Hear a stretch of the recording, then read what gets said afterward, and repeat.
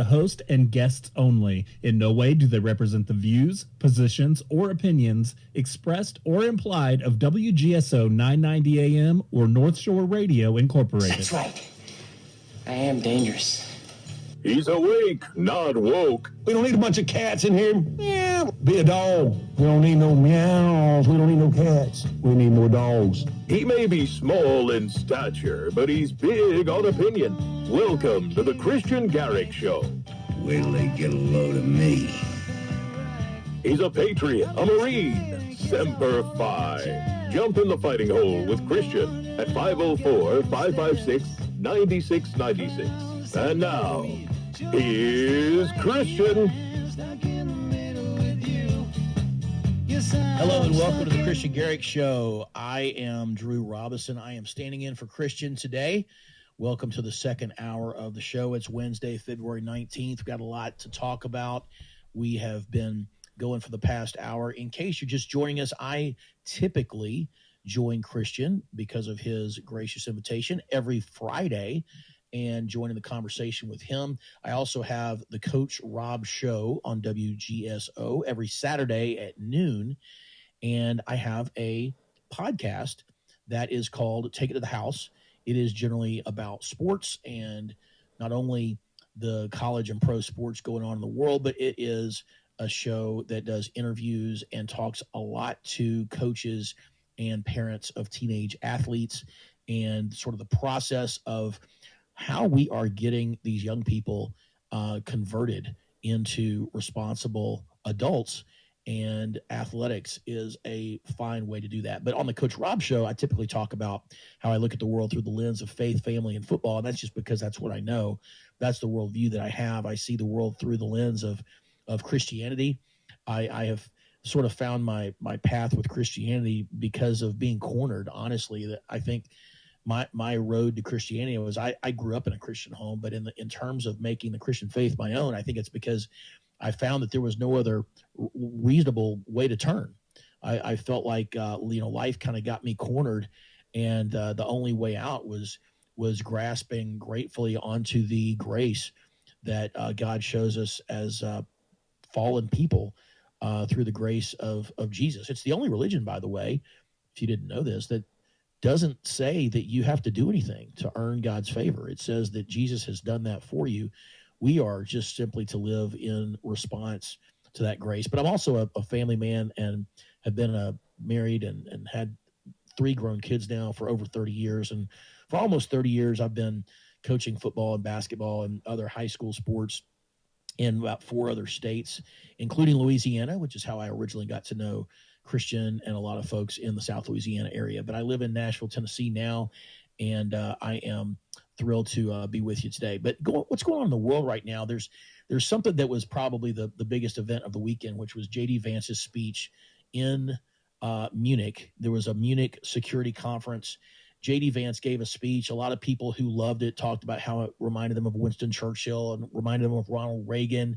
Other people got a little bit, their feathers ruffled a little bit because he didn't bow to the establishment in Germany and in France and some of these places in Europe, the EU, frankly, that is starting to take the stance that certain opinions should not be heard.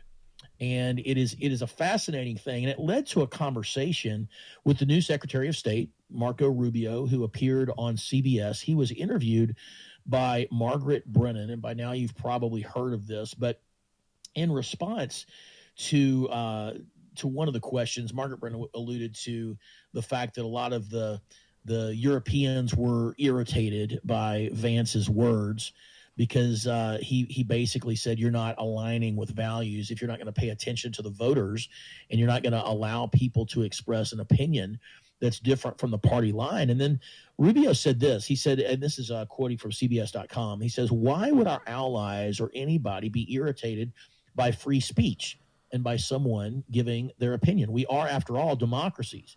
The Munich Security Conference is largely a conference of democracies in which one of the things that we cherish and value is the ability to speak freely and provide your opinions. And so I think if anyone's angry about his words, meaning Vance's words, they don't have to agree with them, but they'll be angry about it.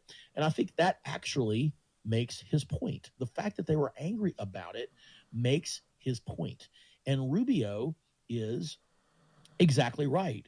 And then here's the big headliner that was Margaret Brennan's response. He says, well, he was standing in a country, Germany. He was standing in a country where free speech was weaponized to conduct a genocide. And he met with the head of a political party that has far right views and some historic ties to extreme groups. The context of that was changing the tone of it. And you know that the censorship was specifically about the right. And then Rubio interrupts and says, I have to disagree with you. I have to disagree with you. Free speech was not used to conduct a genocide. And Rubio goes on to give Margaret Brennan a history lesson about what the Holocaust was about. But here is a very fascinating point about the left's perspective on freedom.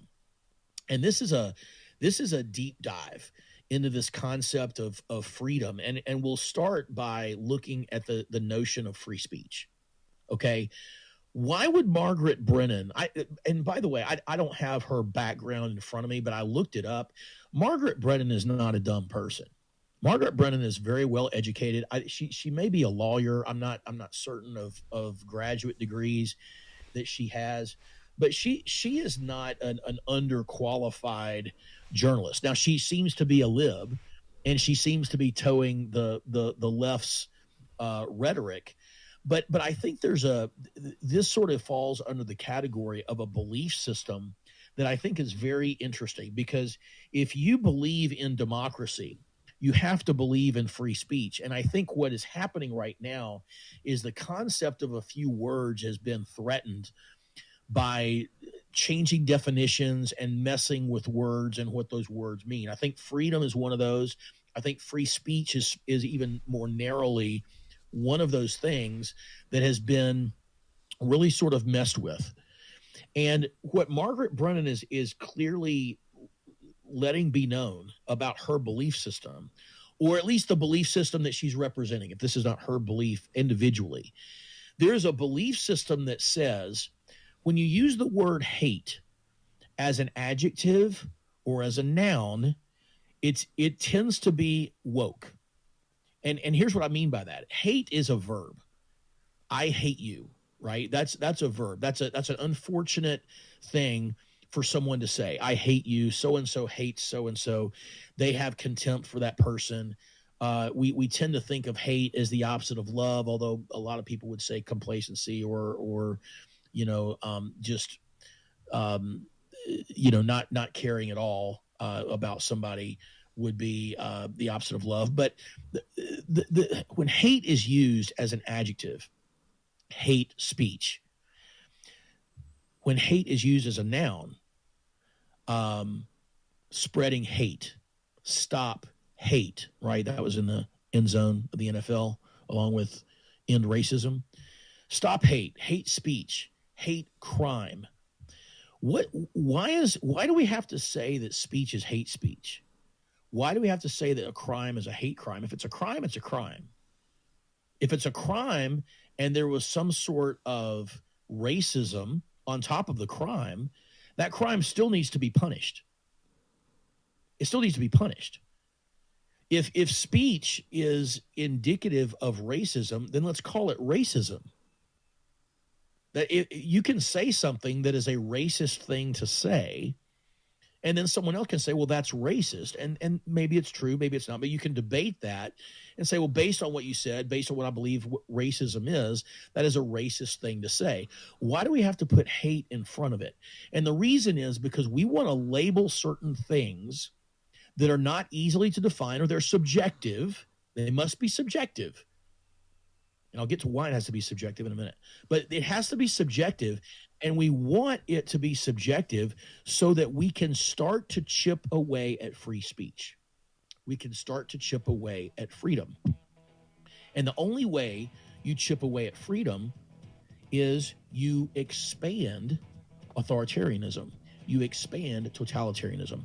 And the reason it has to be subjective is because we must have someone at that elite seat that is able to look down upon a situation and have their judgment and say, it is hate speech because I said it was hate speech.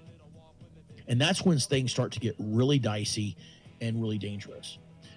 So, want to get into the whole concept of freedom. Something else that freedom must have married to it is responsibility. A lot of the issues have been messed up or messed with regard to our understanding of what freedom is, because we've tended to move responsibility out of the equation. Thanks for being here on the Kristian Garic Show. We'll be back after this next break.